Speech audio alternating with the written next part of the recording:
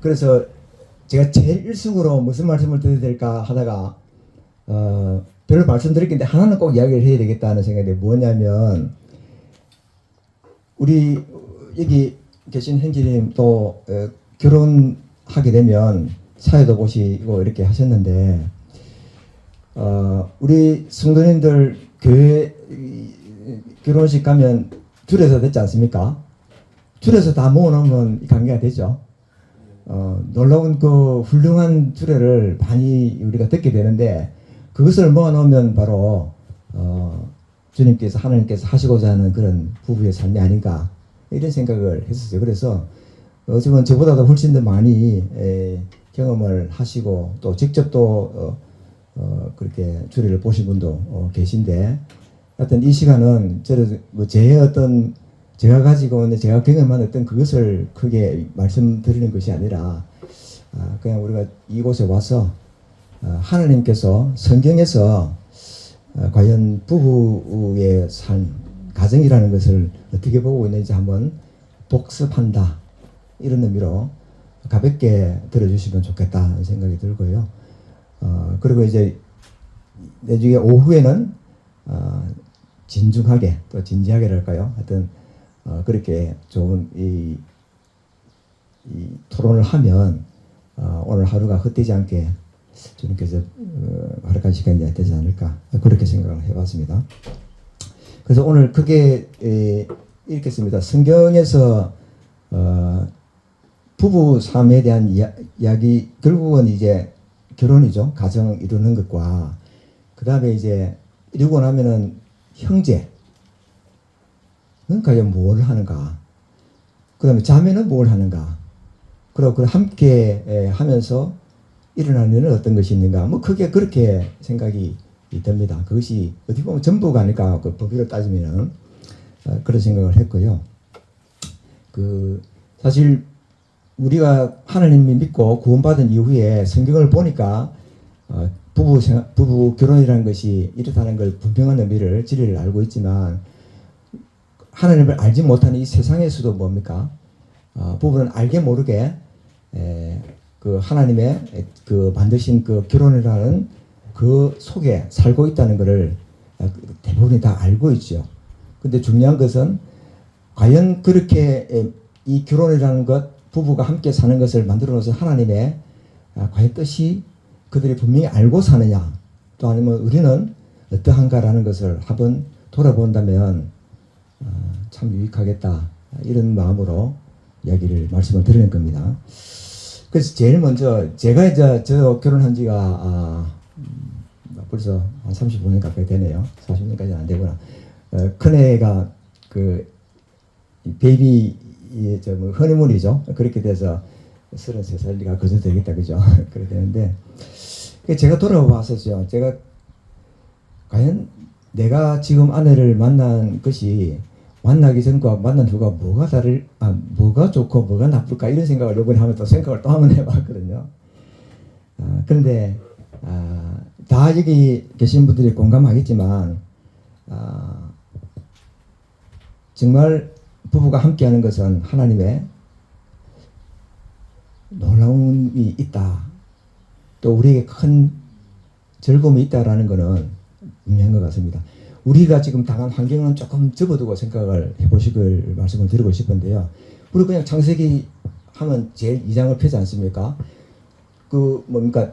아담이 제일 처음에 사람이 혼자 사는 것이 좋지 못하다 이랬는데 사람이라는 걸 물론 이제 아담을 이야기합니다. 남자를 이야기하기는 하는데 좋지 못하고 그래서 배풀이를 준비하시라고 해놓고 보니까 바로 하와를 이렇게 데려오시는 게 아니더라고요. 그 전에 뭘 하냐니까 동물들 이름 짓는 게 나오죠, 그죠? 19절에 바로 따라 나오는데 그래서 동물들 뭐 가축, 들짐승 또는 새, 이 어류라든가 다른 이제 조금 밑에 그레이드 낮은 동물들은 나오지 않는 것 같습니다만은 여하튼 전부 아담으로 다 불려들어서 이름을 짓게 한다는 이야기죠.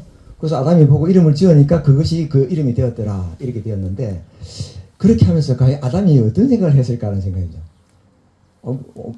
굉장히 왜냐면 올 때 틀림없이 싸우러 왔을 것 같아요, 그죠? 싸우러 오는데 다 하나님이 놀라운 지혜를 허락하셨고 또 그때는 우리와 다른 뭔가 아담이 능력을 가지고 있었던 것 같아요. 하나님을 통해서 받은 그 이름을 다 일일이 짓고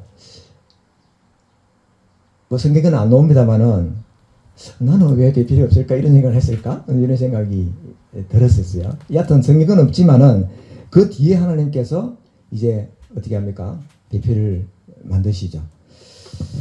그래서 결국은 아담이 그러했듯이 제가 이제 결혼 전후 어떤 것이 다른가라고 했을 때 결국은 외로움이었다는 생각이 들어요. 외로움. 근데 성경에서 이제 고독이라는, 제가 성경을 좀 찾아봤는데, 고독이란 말과 외로움이란 말이 있는데, 조금 다른 의미예요. 고독하지는 않았다고 이렇게 또 되어 있는 것 같아요.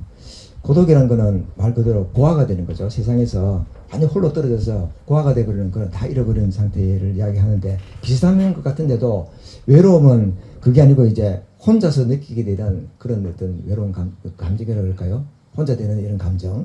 이런 것이라서 고독은 좀 너무 뭔가 슬픔이 많이 배어 있는 그런 단데 비해서 아담이 그런 건 그렇지는 않고요. 여하튼 굉장히 외로웠다는 거죠. 성경에는 기록 안 돼 있지만 그래서 하나님께서 그 배필이 필요하셨다. 그래서 그 배필을 주셨다라고 하는 것이 일단 우리 부부의 삶의 첫 하나님께서 만드신 가르침이다라는 것이죠. 근데 그 뒤에 이제 뭐 할 때 그거는 다시 나오겠습니다만은 그러면 성경에서는 여하튼 우리 신약에서도 이야기가 나오듯이 남자가 보는 관점과 여자가 보는 관점이 있는데 남자가 봤을 때 하나님 말씀하신 대로 여하튼 필요를 느끼신 거죠. 배필을 필요를 느꼈다는 이야기죠. 느끼고 그러니까 아담이 그 필요하다는 걸 하나님께서 아셨고 그다음에 여자는 결국은 남자가 그 필요한 그 부분을 하나님께서 옆에 만드셔서 채워주신 보충해 주시는 그렇게 봐야 아는 것이 보는 것이 성경적이다. 오늘날 많이 왜곡되어 있고 비틀어져 있는 것은 아니죠. 남자 여자 똑같지 않느냐? 똑같습니다. 하나님 앞에 똑같은 그런 존귀하고 존귀한 가치를 지닌 두 사람이지만 역할에 있어서는 분명히 다르다는 거죠. 그래서 그것이 성경의 첫 번째 다가는 가르침이다. 아마 우리 구원받은 우리 성도님들 모임에서 귀가 따갑다고 아마 이거는 들으셨으리라고 그런데 그거는 진리이기 때문에 우리는 거부할 수 없는 것 같습니다. 좀 더 이제 설명을 드리면서 그에 대한 혹시 잘못된 우리가 생각하고 편견을 조금 말씀을 또 드리기로 하고요. 그래서 이거 넘어가기 전에 결혼을 하여튼 저도 이제 21세기를 우리 함께 살아가지 않습니까?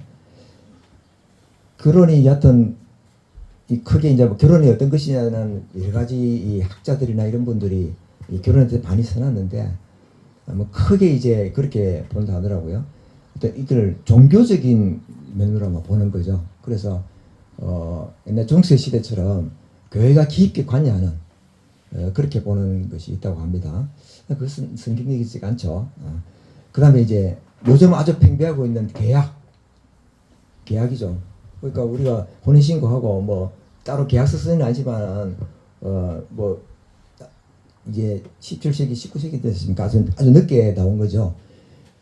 이제 남자 여자가 대등한 관계에서 서로 계약을 해서 함께 살아가다가 계약이 잘 이행되지 않으면 어떻게 합니까? 또 스스럼없이 계약은 파기되는 걸로. 역시 그것 또한 세속적인 성경적이지 않는 그런 관이죠. 그러나 우리 성서에서 하나님 말씀에서 이야기하는 것은 뭡니까? 하나님과 맺은 언약이죠. 그죠? 언약이고.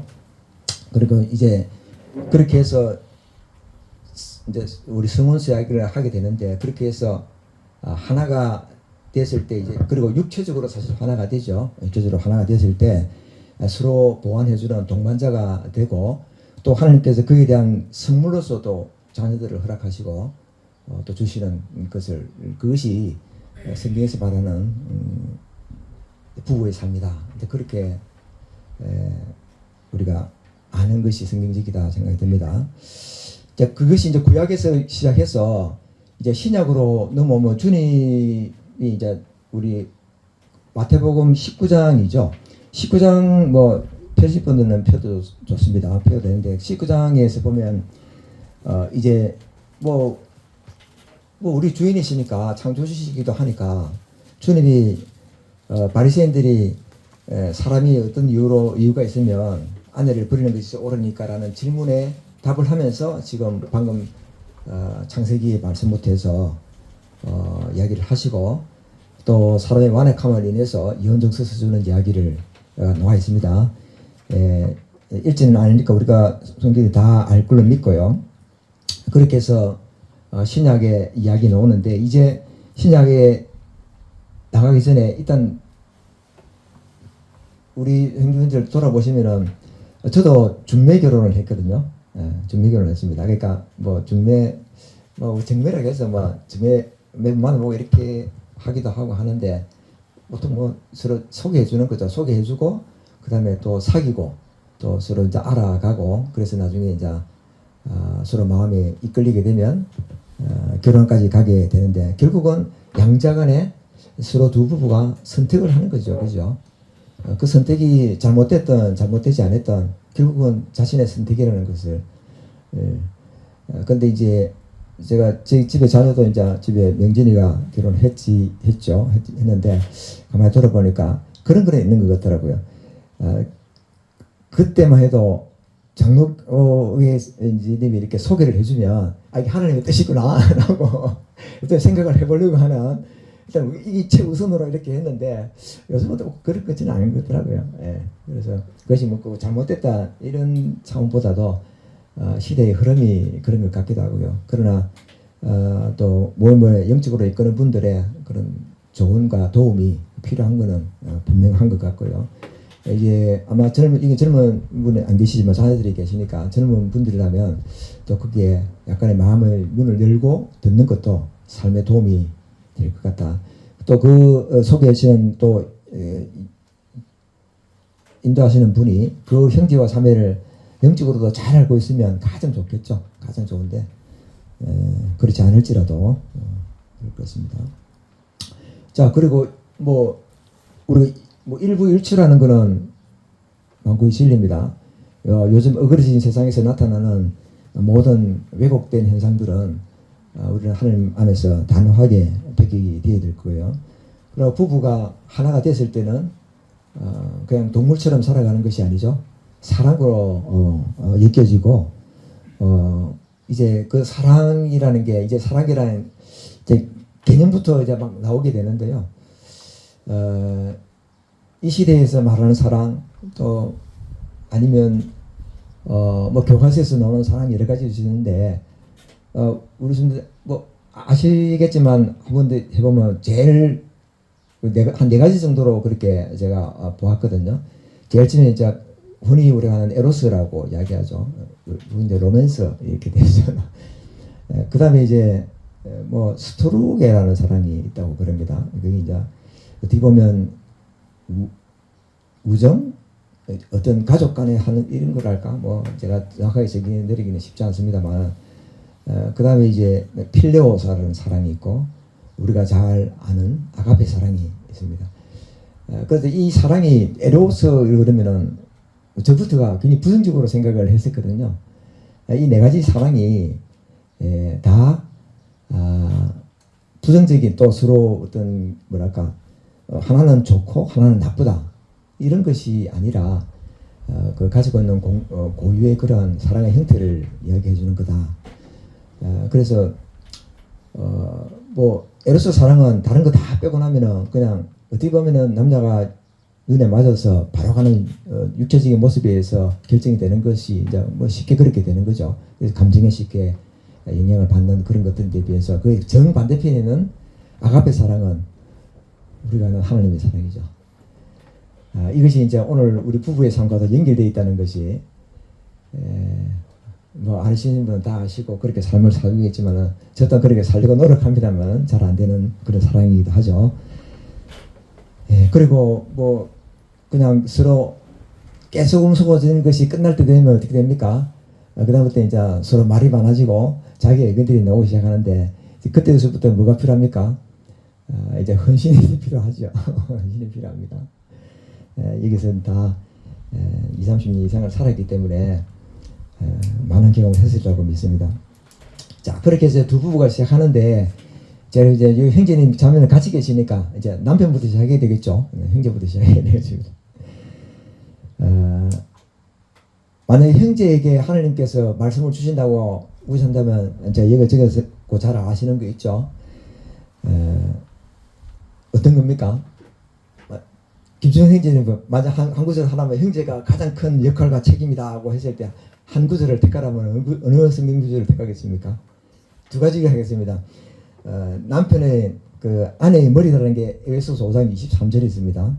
그래서 교회의 머리된 것 같다 그리스도가 그렇게 했고, 그 다음에 그 아내에게 사랑이라는 걸 이야기하죠. 어떻게 합니까? 그리스도께서 교회를 사랑하실 것을 사랑하사 두 말씀 중에 어느 것을 하시겠습니까?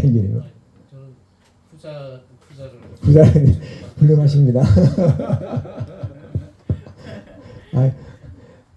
완전 저한테 물었으면 두 개 달랍니다. 이랬는데 질문자가 잘못 질문한 겁니다. 이렇게 이야기를 죄송합니다. 잘못 질문해서.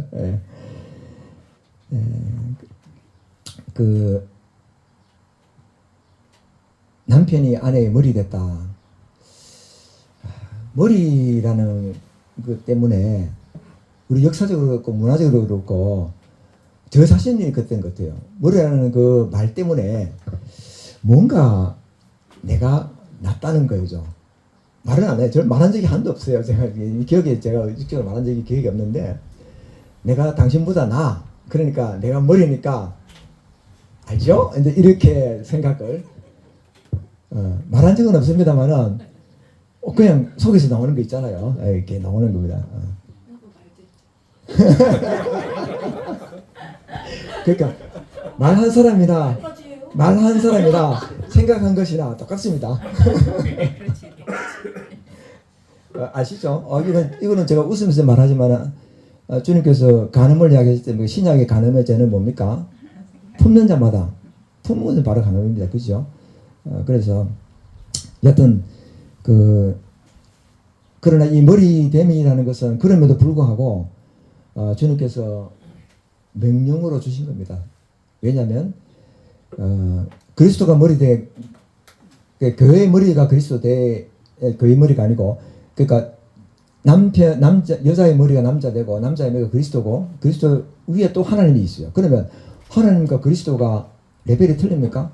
하나님이 조금 높고 성자가 좀 낮은 겁니까? 아니죠. 같은 분이에요. 그런데 왜 그렇게 순서를 이야기하느냐는 이야기죠. 그렇듯이 이제 그리스도도 우리 주님과 남자와 그리스도의 관계도 마찬가지입니다. 그죠? 그렇다 그러면 남자와 여자의 부부와도 마찬가지죠. 머리대변이라는 이 단어 때문에 우리는 얼마나 우리 역사적으로도 나중에 우두머리가 됐다. 심지어 그것이 자기 마음에 안 들면 압제가 되죠. 압제자가 됩니다. 그죠? 그렇게 얼마나 왜곡되고 잘못되어 왔는지 역사는 이야기해주고 지금도 그것이 있고 또 우리 내 자신에게도 그런 것이 나올 수가 있는 그런 위험이 있는 것이죠. 자, 그러면 두 번째 했던 이거 하기 전에 왜 그러면 하나님께서 남자를 머리에 두셔야 됐을까라는 걸 성경에서 어떻게 알 수 있습니까? 어떻게 알 수 있습니까? 뭐 그냥 하나님께서 제일 처음에 명하실 때 그렇게 하셨죠. 뭐 아담을 지으시고 잠들게 하고 하와를 만드시고 이름을 주는 것부터 시작해서 또 하나님께서 에덴 동산에 다 그러한 놀라운 즐거운 그런 명령이지만은 그런 순종해야 될 것을 룰을 줬는데 어떻게 했습니까? 누가 먼저 시작했습니까? 잘못을. 그래서 범죄를 시작한 것이 하와를 했다는 것이고요. 그런데 하나님은 놀랍게도 그 범죄를 하와에게 묻습니까? 아담에게 묻는다는 얘기죠. 그것이 바로 순수를 이야기하는 것이고 머리를 이야기하는 것이고 그에 대한 책임은 누가 집니까?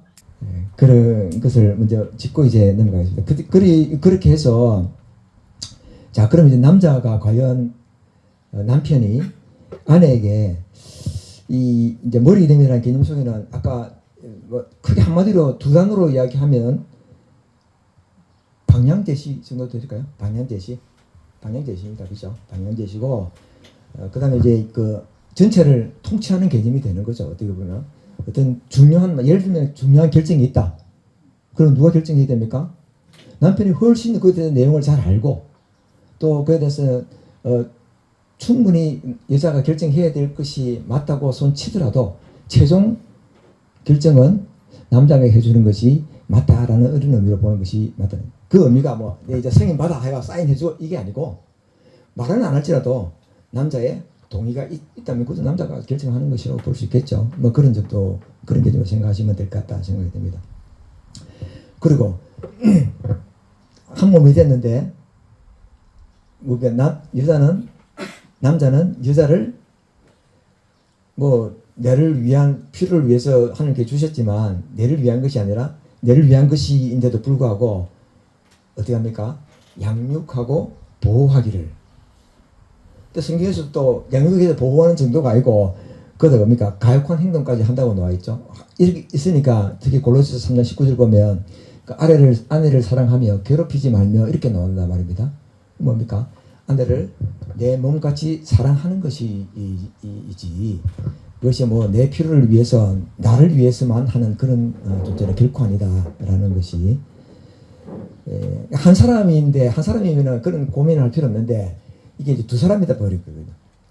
분명히 한 몸을 이루고 한 몸인데 두 사람이라는 게 두 인격을 가지고 있는 분이다 보니 이제 그런 이야기가 생기는 거죠. 두 인격을 가지고 있다 보니 그러니까 우리 그런 게 이제 뭐 결합적 하나라고 그럽니까? 뭐 어떻게 표현할지 모르겠는데 그게 우리 신체는 제가 뭐 결합해서 하나 된 게 아니지 않습니까? 두 개를 습관가 된 게 아니지 않습니까? 그냥 태어날 때 하나로 그냥 성장한 것인데 부부관계는 그것이 아니다입니다. 전혀 다른 하나님 앞에 두의 놀라운 존귀한 인격 이분이 만났기 때문에 그러면서도 하나라고 하기 때문에 그 속에 놀라운 비밀들이 있다는 이야기죠. 그죠? 그런 개념이 되겠습니다. 그래서 이제 아내를 사랑하는 것이 이제 크게 다가오는데 이제 성경에 많은 구절이 있지만 제가 다 말씀을 안 드렸는데 이 사랑을 이야기할 때 그 어떤 사랑을 에베소서 이제 5장에 특히 이야기하는 것이 어떤 사랑인데 아까 네 가지 사랑 중에 아가페 사랑을 이야기한다고. 아가페 우리 성경에서 그냥 사랑이니까 사랑인데 아가페 사랑은 어떤 사랑입니다. 하나님께서 우리한테 베푸신 사랑, 그리스도 독생자를 주셔서 우리를 위해서 죽음에까지 내몰았던 사랑. 즉 하나님이 자신을 몸을 들여서까지 영혼을 구원하기 위해 사랑하셨던 그런 사랑이 아가페 사랑이죠. 그랬을 때 우리가 아내를 위한 사랑은 우리 세상에서 말하는 그 사랑을 훨씬 뛰어넘는 사랑이다. 그러면 그에 대한 우리 남편, 아내의 형제들의 책임은 훨씬 더 크겠죠. 제가 이 훨씬 더 큰 거를 어느 정도 크게 됩니까? 하고 가만히 해보니까 제가 35년 살면서 가만히 돌아보니까 어떨 때 그것이 절실하게 느껴지느냐? 다퉜을 때. 다퉜을 때가 절실합니다. 아이고 뭐 좋을 때야 뭐 좋죠. 뭐 신혼이 돼서 깨가 쏟아질 때야 얼마나 좋습니까? 그거는 말 안 해도. 그런데 이제 드디어 두 인격체의 원래의 모습들이 조금씩 나타나면 잡음이 조금씩 생기고 갈등이 되고 드디어 싸움에 이르게 됩니다. 이제 더 극한으로 가면 이제 마지막을 가는 거죠. 그렇게 되는데 그때 가장 그런 것 같습니다. 그런데 제가 30년 이상 살면서 정말 부족하네요. 아유 좋을 때야. 그 누구나 좋은요. 근데 딱 그렇지 않은 상황에 갔을 때는 머릿속에 사랑이 밖에 있어요. 어떤 사람 아가페 사랑이 밖에 있어요. 실제로는 아니에요. 진짜 그러니까 이제 우리 형제들에게 혹시 이 부부 생활을 하시면서 안 세워보신 적이 있다, 쌓아본 적이 없다? 없습니다. 이거 들면은 그냥 가시면 됩니다. 그냥 여기 계실 필요가 없는 거죠. 예, 예, 예. 근데 몇 번 쌓아봤습니까? 이까지는 제가 안 묻겠습니다. 근데 몇 번이 중요한 것이 아니고 반드시 있어야 된다. 저는 있을 것이다가 아니고 있어야 된답니다. 있어야 된다. 왜? 서로를 위해서. 반드시 있어야 된다고 생각합니다. 제가 아마 이런 35년의 삶을 거치지 않았으면 제가 지금도 아주 돌아보면 참 형편없는 사람이라고 생각을 참 많이 하는데요. 그나마 이 형편없는 이 정도 수준의 형편없지, 안 그랬으면 저 나락에 있는 수준 그런 생각이 들 정도입니다. 그렇게 될 정도거든요. 특히 이제 이제 그 다음에 나오는 것이 이제 베드로전서 3장 7절이 나오는데요. 제가 이제 요건 한 읽어드리면요. 지식을 따라 너희 아내와 동거하고 연약한 그릇이고 생명의 은혜를 함께 이어받을 자고 그를 기히 여기고 그래야 기도가 막히지 않는다라는 핵심적인 말과 표현을 이제 들었는데, 쉽게 말하면 아내를 존중하고 배려하는 것이에요. 그래서 지식을 따라 동거하고 정말 연약한 그릇을 인정을 알고 정말 이 남편의 폭넓고 실제적인 예수님이 요구되는 것이죠. 그랬을 때 진짜로 기도가 막히지 않는, 다 한두 번씩은 다 경험하셨을 겁니다. 집회 예배 가려고 하는데 문제가 생겨요. 그 전날 문제 생기든지 그 아침에 생기든지 그것도 뻔히 아는 것들이에요. 왜 또 그때 하필 생기느냐 이렇게 생기는데, 정말 남자는 얕은 어떻게 됩니까? 품이 넓어져야 됩니다. 품이죠. 근데 제가 나름대로 나 넓어라고 생각했는데, 제가 해를 거듭하면 할수록 내가 얼마나 좁은지를 알게 되는데, 제가 아내한테 그런 말 듣기도 했고 제 생각도 내가 찾아보기도 했는데, 밴댕이 밴댕이 바로 아시네. 저도 젊었을 때는 몰랐는데 결혼하고 뒤에 한참 뒤에 그걸 나는 알겠는데, 밴댕이, 소갈머리 이렇게 나오는 거야. 또는 소갈딱지 이렇게 표현을 하죠. 찾아봤어요. 밴댕이가 뭐냐. 그게 이제 이 남해나 이렇게 새 쪽에 오리오래 나는 것 같은데, 그게 이제 이게 되게 성질이 급하다더만요. 이 잡아가지고 어부들이 잡아가지고 해를 그 자리에서 묵지 들고 나와버리면 못 먹는데요. 빨리 죽어버리니까, 상해버리니까. 왜 그러냐니까, 그 배를 갈라보면 내장이 나와요. 소갈머리, 그게 내장이라요. 내장이 등집에서 이렇게 고만만 해요. 그래서 그걸 보고 밴댕이 소갈머리다 또는 소갈딱지다, 그리고 또 그게 내가 딱 맞는 거예요. 그냥 딱 맞는 거예요. 그래서 이 품을 넓힌다는 것, 이제 거기서 품을 넓힌다는 것이 아마 세상에서 교훈으로 이런 이야기를 해줄 수 있겠지만, 아마 세상에 자기 의지로 이렇게 하기는 쉽지 않을 겁니다. 그죠? 그것이 어떤 것이 있을 때 가능합니까? 주님의 것이 나에게 더 차면 찰수록 이것이 가능하다. 다투는 순간에는 주님은 좀 뒷전에가 있죠, 솔직히. 이제 시간이 좀 여러 번 다투어 보니까 그런 게 있더라고요. 다투을 때마다 이제 그게 주님이 처음에는 보이지도 않다가 나중에 조금 가깝게 보이더라고요. 그게 이제 가장 이상적인 것은 주님 앞에 딱 서 있으면은 이제 끝나는 거죠. 왜? 내가 세울 일이 뭐 있습니까? 주님 있는데, 그렇지 않습니까? 그래서 그런 남자의 여러 가지 말씀이 있을 수 있겠습니다만은, 성경적으로 오늘 이거 하나만 우리 형제님들이 이렇게 깊게 묵상하시면서 가시면 주님께서 또 더 귀한 이런 평안을 주시지 않을까 생각이 듭니다. 그 외에도 이제 남자는 단지 가정을 다스리는 것, 그 외에 책임들이 많이 있죠. 가정을 부양한다든지 땀 흘려 수고한다는 창세기 홍수 이후에 있었던 그런 일들 이후에 남자가 하던 일들이 있습니다. 여하튼 남자는 여자의 머리이지만 결코 독재의 개념은 아니다. 같이 협력해야 될 뿐 아니라 어디 보면 자기를 희생하면서까지 그리스도께서 한 것처럼 까지 해야 된다. 제가 이렇게 하고 있어서 이렇게 하는 거 아닙니다. 말씀이 그렇다는 이야기입니다. 제가 당시 할 수 있는 사람만 여기 앉아서 못 앉아있죠. 어떻게 앉아있습니까? 예, 행절은 여기까지 하고요. 그럼 이제 아내가 가야죠.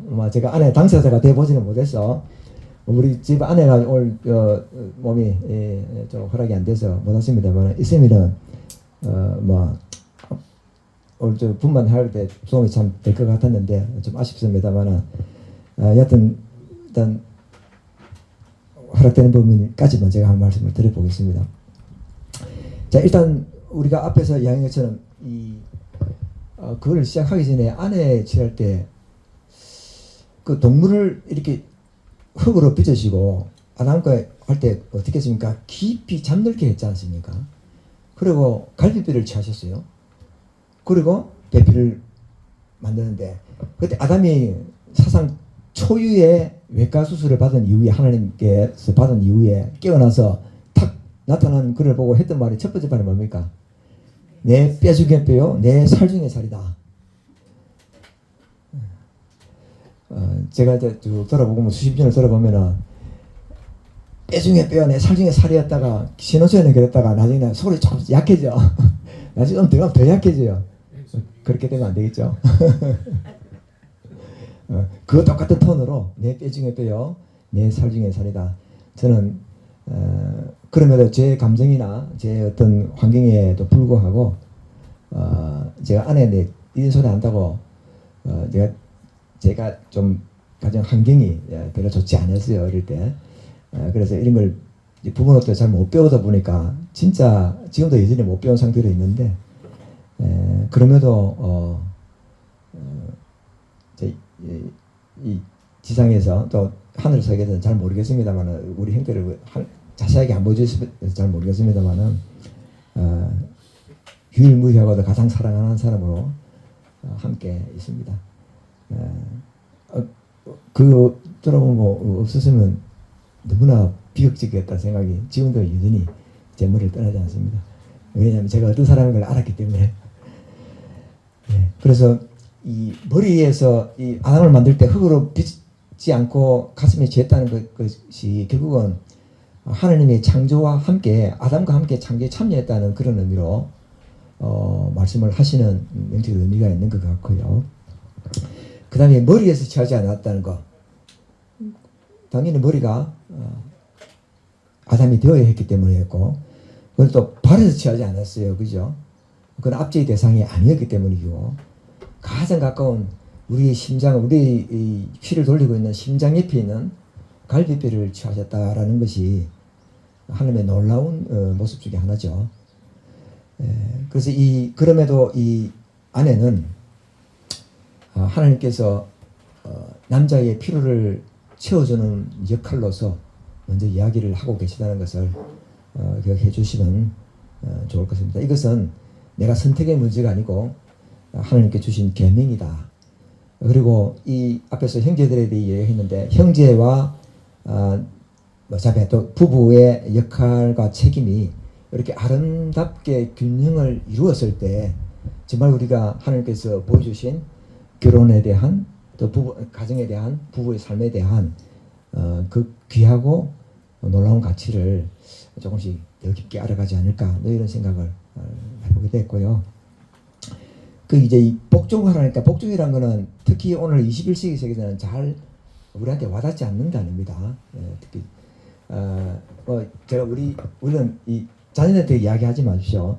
우리 이제 50대 있으니까 하는 이야기지만 우리는 뭔가 특히 남자들은 복종이라는 것에 대해서 좀 경험을 좀 해요. 군대 생활부터 해서 이 남자는 뭔가 자기가 막 드러나고 뭔가 이런 게 있거든요. 이 본능 속에. 근데 억눌려야 돼. 굴복해야 돼. 이제 그런 것이 있는데 내가 지면 패배에 대한 이런 것에 대해서 굉장히 거부 반응이 생기고 이런 게 있거든요. 그런데 그 복종이라는 개념이 우리 그리스도인은 사실 그게 친근해져야 된다 이런 생각입니다. 이 복종이라는 단어가 뭐 군사적인 용어라 그래요. 뭐 히포다트라고 이렇게 한다고 하는데 이게 군대에서 예를 들면은 제가 요 경기도 파주에서 근무를 요 같은 유도선의 근방이죠. 여기서 이제 유일하게 북쪽에서 요 서울 올라오기 전에 살았던 지역인데 박격포구에 있었는데 박격포 임무를 네가 이렇게 해라고 상관이 지시하면 그냥 하는 겁니다. 그랬을 때 정상적으로 군이 박격포가 역할을 하게 되는 건데 내가 당신에게 질 게 뭐냐 하고 이렇게 순종을 그 상사가 계급이 물론 위치가 그렇죠. 지휘관이기 때문에 지휘를 하는 위치이기 때문에 모든 상황 전장 상황을 보고 가장 알맞는 명령을 내리는 겁니다. 자기 역할에 맞게 그 자기 역할을 맞게 하는 것이지 그 사람이 인격적으로 더 낮아서 내리는 것이 아니죠. 그런 의미로 보시면 될 거죠. 그리고 군대라는 거는 그냥 반드시 지켜야 되는 것이죠. 그렇지 않으면 특히 전장에서는 전시에서는 명령이 불복종하면 적결심 말이죠. 이제 그렇게 될 정도로 그럼에도 불구하고 전혀 인격과는 무관한 것이다. 특히 이 복종이라는 단어를 성경에서 몇 군데 쓰고 있습니다. 그 야고보서 4장 7절에서는 그 너희가 하나님께 복종할지를 마귀에는 대적하라 했는데 하나님께 복종할 때 그 복종이라는 단어를 그대로 쓰고 있다고 하고요. 그 다음에 그리스도를 두려움에 피창 안에 복종하라. 즉 성도와 성도에도 서로 복종에 대해서 이야기하고 있을 정도입니다. 그 다음에 이제 뭐 베드로전서에 있습니다만 제도를 그 주를 인간의 모든 제도를 주를 위해서 순종하라 이렇게 복종하라 말했는데 우리가 국가 시스템에 따라가고 있지 않습니까? 또 납세 의무도 지키고 또 심지어는 국방 의무도 지키고 이렇게 하듯이 이제 그런 단어를 쓰고 있다고 합니다. 그런 단어를 쓰고 있는데 그러한 복종을 아내에게 즉 여자에게 요구를 하고 성경은 요구를 하고 이야기를 하고 있고요. 그리고 이 아이에게는 어떻게 보면은 아주 특별하죠. 책임은 책임인데 아주 특별한 책임입니다. 이거는 뭐 세상에 누가 이렇게 비교할 필요가 전혀 없습니다. 하나님께서 이제 부부에게 주신 아주 특별한 이런 책임이다 이렇게 생각하는데 문제는 이것이 뭐 어떤 강요한다든지 이끌어내서 되는 것이 아니다라는 것이죠. 그거는 무조건 뭡니까? 자발적이죠. 무조건 자발적입니다. 자발적인 순종이 복종입니다. 이 동기가 이 자발적이 아니라는 건 아는 경우가 어떤 거 있습니까? 제가 아내한테 복종하라 이런 말을 하상하면서도 쓰지는 않았던 것 같아요. 왜냐하면 이걸 내가 알았기 때문에 목숨은 야 말씀에 지금 복종하라 됐지 않냐라고 마음은 열심히 나왔는데 입으로는 내가 모르겠습니다. 내 기억이 나가지고 까먹었는지 모르겠는데 그 말 쓰지는 않은 건데 마음은 나왔어요. 하여튼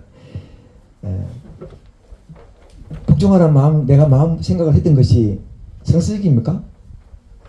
저는 꼭 성스러기라고 보지는 않아요. 아내가 그냥 자발적으로 남편에게 복종하는 것이죠. 그 남편은 그 말을 볼 필요가 없다. 그 말씀을 볼 필요가 없는, 볼 필요도 이상한데, 여하튼 그게 집착할 필요는 전혀 없는 것이죠. 누가 그에 대해서 집착을 해야 됩니까? 아내 자신이 집착하는 거죠. 정말 하나님의 말씀이고 하나님의 계명이라면 그 하나님 그리스도 때문에 그냥 따라가는 거죠, 그죠? 따라갈 수밖에 없는 거고 나중에 이제 그것이 어떻게 보면 주님 말씀 잘 그렇게 훈련되다 보면 뭐 자연스럽게 나오겠죠. 뭐 자연스럽게 나오는데 혹시 그렇지 못한 시작이었다면 이제 그렇게 하는 것이 맞지 않나 이렇게 생각을 해보고요. 심지어는 그 복종이라는 말이 성자, 성부, 성령일 때 성자와 성부와 성자의 관계도 복종의 관계를 말씀하셨죠. 왜 주님께서 겟세마네에서 그렇게 땀을 피 흘리듯이 흘리면서 하셨을까요?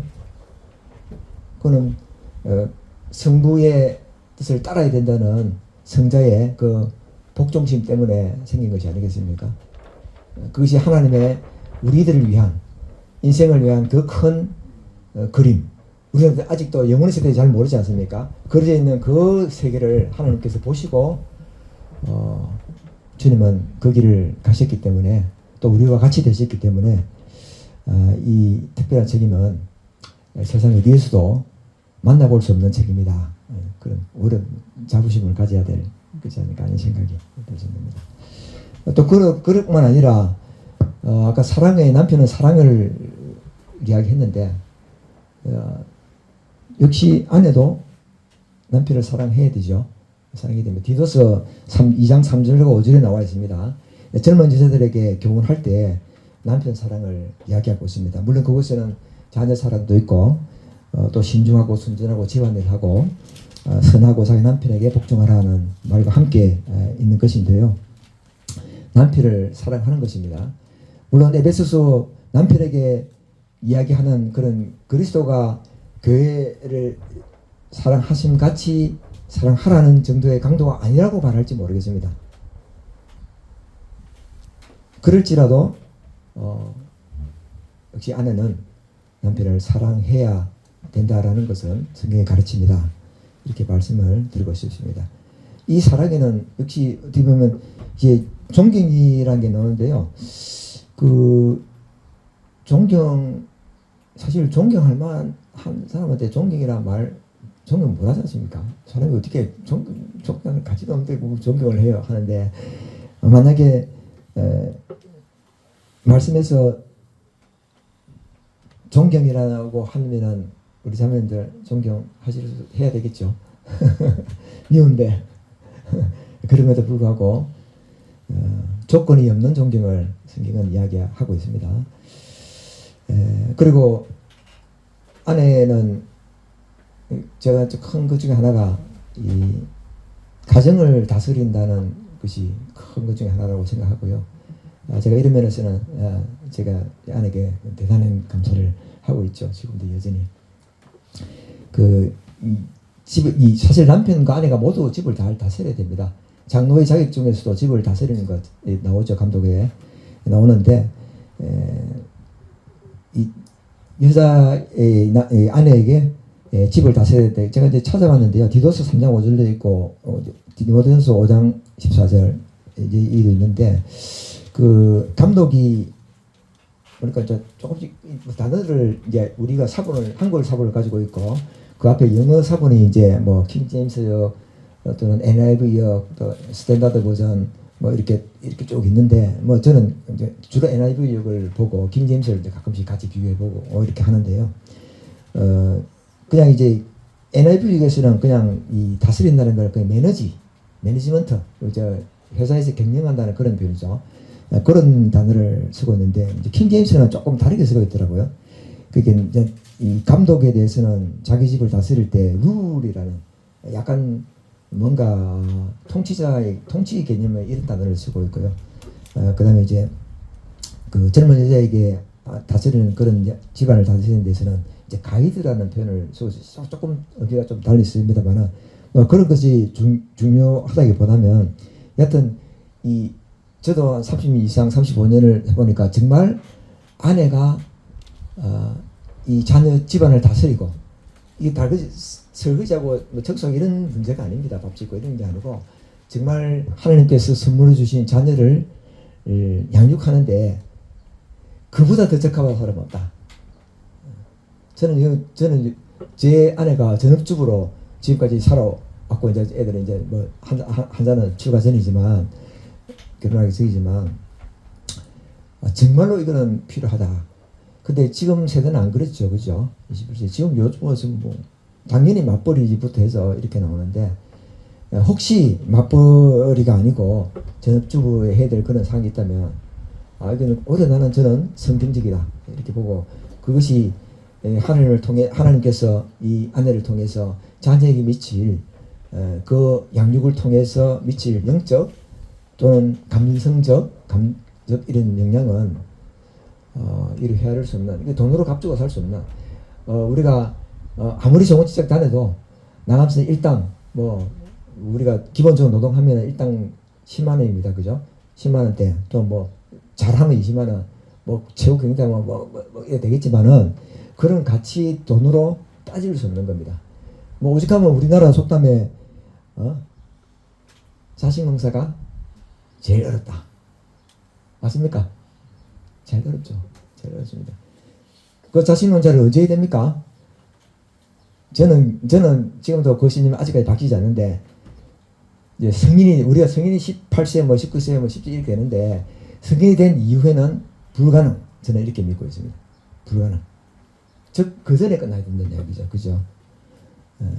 그러면 그 시간을, 예를 들어서 남의 손에 맡겨져 있다면, 많이 잃겠죠. 그죠? 내가 하나님께서 받은 것을 다 애를 위해서 양육하는 데 쓸 수 있겠습니까? 못 쓰겠죠. 그만큼 시간을 잃는데. 그렇게, 이러면 제가, 뭐, 맞벌이하고 직장에 다니는 분들을 폄하하기 위해서 전혀 아닙니다. 잠언 10장 31절에 나오는 것처럼, 여전히, 삭스를 팔고, 경제적 활동을 하고 있는 현숙한 여인에 대해서도 성경은 여전히 이야기하고 있기 때문입니다. 예, 그렇게 해서 이제 아내의 역할에 대한 것을 살펴봤습니다. 이제 사실 이거는 뭐 많은 분들이 다 잘 알고 계신데, 이제 마지막으로 우리가 이제 진짜로 친밀하고 헌신된 부부 관계, 사실 요것만 가지고 원래는 하면 더 좋았는데, 요거는 제가 워낙 연약하고 이래서 또 경험이 일천해서 많은 부분을 다루지 못해서 앞에 시간을 많이 들었고요. 우리가 기본이 있으면 그 뒤에는 또 각자의 주님께서 환경 가운데서 주실 거라고 믿고 있고, 또 어떻게 보면 그 가정에 그 두 부부가 해답을 가지고 있다는 거죠. 아니면 혹시 좀 잘 모르면 주님께서 주실 거라는 거죠. 그래서 그럼에도 불구하고 제가 이제 약간 그에 대한 이제 있는 걸 조금 이제 일반적인 조금 한 시간이 많이 됐으니까 많은 시간 들이지 않고 조금만 언급해 보겠습니다.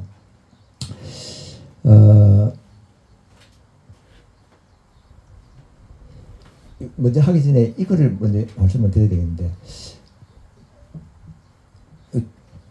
아내를 하나님께서 주셨고 남편을 하나님께서 만나게 해주셨는데 왜 하나님께서 그렇게 하셨을까?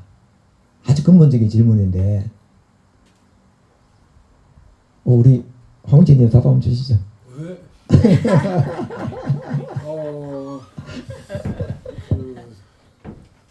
그거 같아요. 저희 부모가 자녀가 행복한 게 제일 좋잖아요. 네. 그렇게 행복하게 살면서 또 아버지께 감사하면 영광이 돌려지니까 예. 그런 걸 위해서 하신 게 아닐까 네, 싶습니다. 훌륭하십니다. 네, 좋은 답을 주셨습니다. 답 잘 들으셨죠? 그래서 그래서 그런 것입니다. 우리 이제 하나님께서 우리 영혼을 부르시고 구원하며 이렇게 하셨는데, 우리가 태어나기 전부터 선택교를 의하면은 하나님이 택하실 거 아닙니까, 그죠? 그렇게 해서 부르는데, 결국은 우리가 사는 그리스도의 결국은 우리 잘 안 되지만 형상을 닮아가는 이 땅에서 삶을 가고, 이제 우리가 변화받고 나면 이제 또 다른 모습일 거라고 이제 생각이, 또 다른 모습일 건데요. 결국 하나님께서 이 땅에서 훈련을 해야, 어차피 변화받기 전에도 꼭 그리스도 형상을 닮아가는 우리 흔히 표현하는데, 뭔가 변화된 모습이 필요할 같은데, 그 훈련사를 주님이 우편에 계시니까 저는 못 보고 말씀 보고 말고 좀 실물견으로 할 수 있는 유일한 아이디어, 가장 좋은 적합한 사람 누구? 진짜 아멘이 되었습니다. 예. 그러니까 나를 교훈할 수 있는, 나를 주님 닮아가기 위한 가장 훌륭한 반면교사는 옆에 있는 분이에요. 옆에 있는 분. 그래서 결국은 주님을 닮아가는 거는 주님께서 우리에게 보는 축복인데, 축복의 통로라는 이야기죠. 뭐 어떻게 보면 그죠?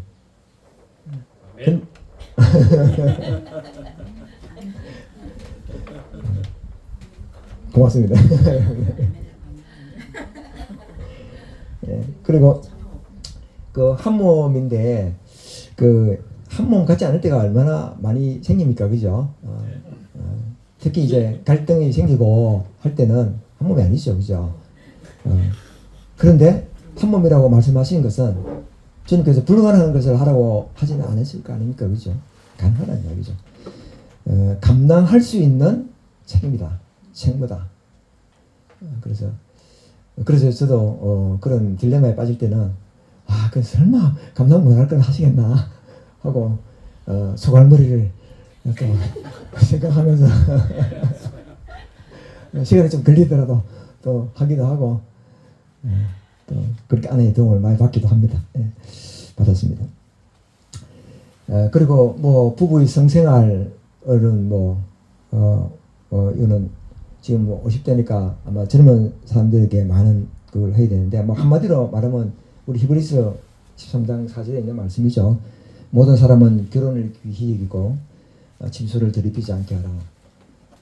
정말 거룩함과 존귀함으로 자기 아내를 대하는 것, 성경의 불변의 가르침이 있고 또 이것이 육체적으로 또 감정적으로 필요를 채워주고 부부의 를 가장 아름답게 또 만족하게 또 가치 있게 하나님 보실 때 가치 있게 만드는 것이라는 생각이 듭니다.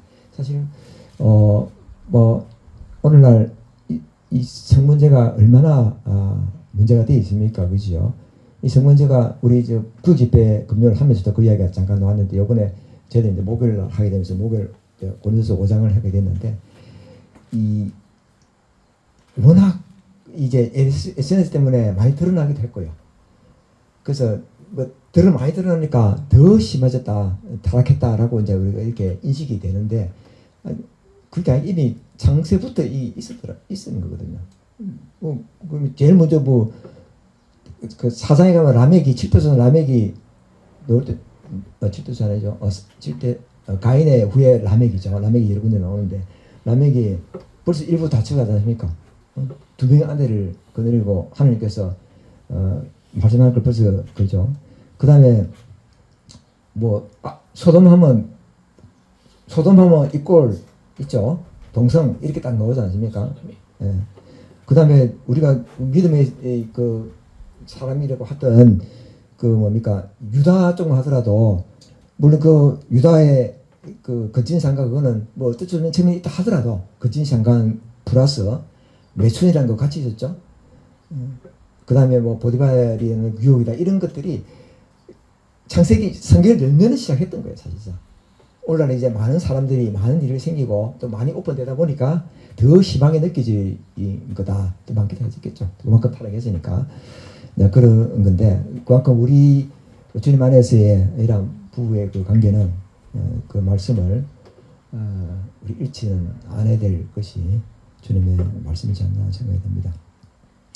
그 다음에 이제 마지막 부분으로 다루는 게 뭐냐면 제가 이제 이 부부 생활의 마지막 최고의 좋은 것을 있다면 최고의 나쁜 건 뭡니까?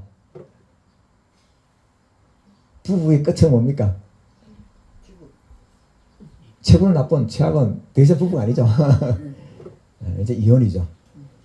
성경에서는 더 이상 성경에서는 이혼과 별거, 또 말라기에서도 나오고 있지만은 그것은 하나님이 사랑하시는 것이 아니죠. 해서도 안 되지만은. 근데 이제 그 우리나라 그 2022년도 통계 보니까 그 어떤 이혼 많이 하고 있지 않습니까? 많이 하고 우리 그래서 상관없이 세상에서 많이 하고 있는데 이혼 사유가 보니까 1등이 혹시 아십니까? 성격차. 맞습니다. 성격 차이이고, 근데 2등이 경제, 세 번째가 이렇게 1등이 성격 차이가 40% 이상이에요. 5분의 2죠. 그 다음에 이제 5분의 1, 20% 정도가 이제 경제 문제를 두고, 그다음에 세 번째가 우리 주님이 말씀하신 마태복음 19장에 나왔던 가능 문제, 그러니까 어떤 성문제 관계 생겨서 생기는 이런 문제들이고 이제 쭉 뒤에 자녀 문제도 쭉 나오는데요. 이제 뭐 이거는 뭐 우리가 굳이 이제 앞에서 끝나면은 다룰 필요는 없는데, 그래도 우리가 반면교사를 삼는다는 이런 의미에서 이제 이거는 제가 말씀을 드리는 건데요. 그 성격 차이, 성격은 다르죠 뭐. 아까 두 사람이 하나가 됐는데 같을 수가 없죠.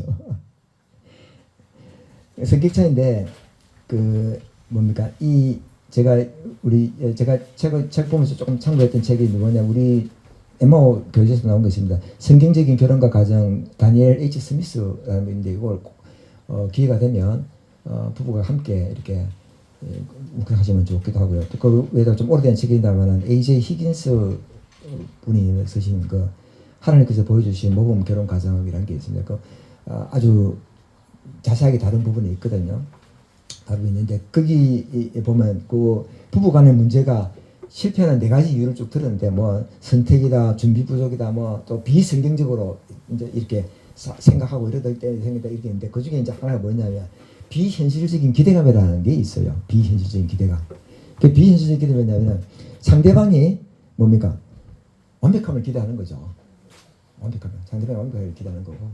그리고 이제 문제가 생겼을 때 이게 대해서 적극적으로 바뀌는 거. 그것이 뭐냐면 그 어떤 실패하는 4가지 중에 한 가지가 들어가 있는 거예요. 그 앞에 있는 부부 이혼 사회 우리나라의 사회하고 조금 비슷해 보이지 않습니까? 그죠? 조금 통하는 거겠죠. 그죠? 네. 그래서 제 삶에 이렇게 돌아봤을 때도 참 공감이 많이 되고요. 좀 많이 배우고 이 시간 또 제가 좀 살펴보면서 더 이렇게 배우게 되는 시간이 됐는데 아마 아내가 보면 제가 지루시할 게 왜냐면 그렇게 이야기하는 거를 몇십 년 동안 똑같은 걸 반복하고 있으니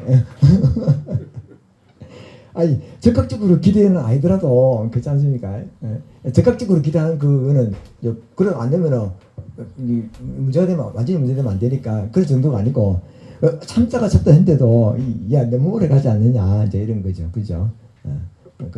또 뭐 남자 여자 남편이 아내 여자 그렇고 남편도 여자 마찬가지 아내도 마찬가지거든요. 이거 말은 안 해도 이게 안 해줘야 되는데 왜 또 저렇게 하지 이렇게 이런 거 있지 않습니까? 그때 이제 그게 표현되기 시작하면 이제 갈등으로 되고 화해가 잘 되면 저희 와서 다행인데 이제 화해가 안 되면 이제 갈등의 골이 깊어지지 않습니까? 이제 그렇게 되는 거니까. 근데 이거는 여튼 남자 여자는 뭐 책도 그런 게 있죠. 화성에서 온 남자, 금성에서 온 여자. 그러니까 전혀 두 다른 우주인들이 와서 만난 거다 이렇게 생각하면은 뭐 답은 아니겠지만 그 정도로 그러니까 이 갈비뼈 해서 취할 때 뭡니까? 우리 그 만드신 그 놀라운 외과 수술의 의미를 다 모르지 않습니까? 근데 우리 지금 현재 의학적으로 밝혀진 거는 뭡니까? 남성 호르몬, 여성 호르몬 넣어줘. 하나님 그렇게 만드신 거예요 그때. 그렇지 않습니까? 그럼 유전적으로 계속 그렇게 해온 거지 않습니까? 그러니까 남성 호르몬이 많이 분비된 사람은 기본적으로 이제 이 부부 상관없이 제일 먼저 뭡니까? 힘! 그렇지 않습니까? 여성 호르몬 많으니까 제일 먼저 뭡니까? 그렇지 않습니까? 제가 처음에 결혼하고 아내가 화장하길래 좀 이해가 안 된 부분. 나는 화장하는 걸 막 5분, 10분이면 되는데 10분, 5분 넘으면 이상하다 생각해요. 이렇게. 이게 생각이 이렇게 잘못되는 겁니다. 잘못되면. 경상도 사람이라. 그것부터 시작하는데 다른 거 오죽하겠습니까? 모든 게. 또 아내는 남편에게 오죽하겠습니까? 그죠? 네. 그래서 그런 부분들이 있기 때문에 필연적으로 다른 사람이다. 하나가 되려고 똑같은 사람이 되려고 생각하는 것 자체가 잘못된 거죠. 그래서 뭐 주님께서 오실 때 변화받아 버리면은 모르겠습니다. 어떻게 잘 모르겠는데 여하튼 적어도 이 지상에 있을 동안은 우리가 바라는 똑같은 사람은 되는 게 가능하다 불가능하다 저는 불가능하다의 한 표. 예. 그렇게 여전히 붙이려고 그래요. 예. 그래서 이제 마지막으로 이제 이 찰리 쉐드라는 분이 있었던 그 책에 보면 나와 있더라고요. 그래서 한번 읽어주고 마치려고 하는데요. 그 좋은 부부 삶을 위한 7가지 규칙 이렇게 해서 있는데 한번 쭉 읽어드릴 테니까 참고하시고 필요하면 책을 더 확인하시면 되겠습니다. 첫 번째, 두 사람이 모두 동의할 수 있는 시점에 부부싸움을 하라. 동의할 수 있는 시점에 부부싸움을 하라. 각자가 생각해 주기 바랍니다. 이렇게 동의할 수 있는 시점에 부부싸움을 하라. 싸움을 시작할 때, 지금은 뭐 싸움 시작할 준비가 되어 있을 때 하라는 이야기예요. 그런 의미인데, 좀 외국분이 있었기 때문에 어느 정도 각자가 말 그대로 제가 번역한 걸 제가 말씀드렸으니까. 두 번째, 부부싸움의 목적은 서로의 관계가 가족 관계를 유익하도록 하라. 잘 이해해서 그죠? 이해가더라. 세 번째, 싸움의 무기가 치명상을 입히는 것은 아닌지 생각해라. 네, 치명상. 네 번째, 목소리를 높이지 말고 가라앉히라. 뭐 왜 그렇겠습니까? 무서워요. 저는. 감정적이 되지 않게 하기 위해서 그래요. 감정적. 왜냐하면 똑같은 단어 우리 말로 글로 쓰면은 똑같은 말인데 말로 표현할 때 그 방법에 의해서 어떻게 됩니까? 사람의 감정은 완전히 달라집니다. 그 감정에 의해서 뭡니까? 모든 환경이 결정되죠. 좌우됩니다. 그래서 그냥 안 하면 되고요. 제 자신이 노력을 하려고 하고 있습니다. 그다음에 공개적인 자리에서 말다툼을 하거나 부부간의 사적인 문제들을 드러내지 말라. 제가 하지 않을 위해서 한마디는 한 번으로 하고 나는 그 문제를 해결했어요. 다음에 해결했어요. 있어졌어요. 그런데 들었던 분은 볼 때마다 그걸 기억하는 겁니다. 그래서 그런 이야기입니다. 언제든지 상대방의 대화를 잠시 중단하기를 원한다면 잠시 멈추고 생각할 시간을 가져라. 쉽지 않죠? 네. 이렇게 되십니다. 마지막 일곱 번째, 합의할 때까지는 없는 일로 하자는 말이 나왔다면 그것은 더 많은 대화가 필요하다는 겁니다. 이제 어떤 걸 하자고. 그러니까 더 필요하다는 이야기야. 그게 묻어질 상황이 아니다는 이야기죠. 그런 이야기입니다. 7가지 말씀드린다. 뭐 더 훌륭한 말씀들이 또 교수님도 있겠지만 제가 최를 들어서 제가 공감도 되고 해서 마지막으로 한번 읽어드렸습니다. 시간 뭐 짧지 않은 시간 제가 말씀을 드렸는데 각자 우리 형제 자매들 환경에 맞는 또 혹은 자녀들에게 또 이런 것들이 하늘 말에서 주님 말에서 좋은 영향을 미쳐서 하늘 보시기 아름다운 가정이 되기를 바라고 기도합니다.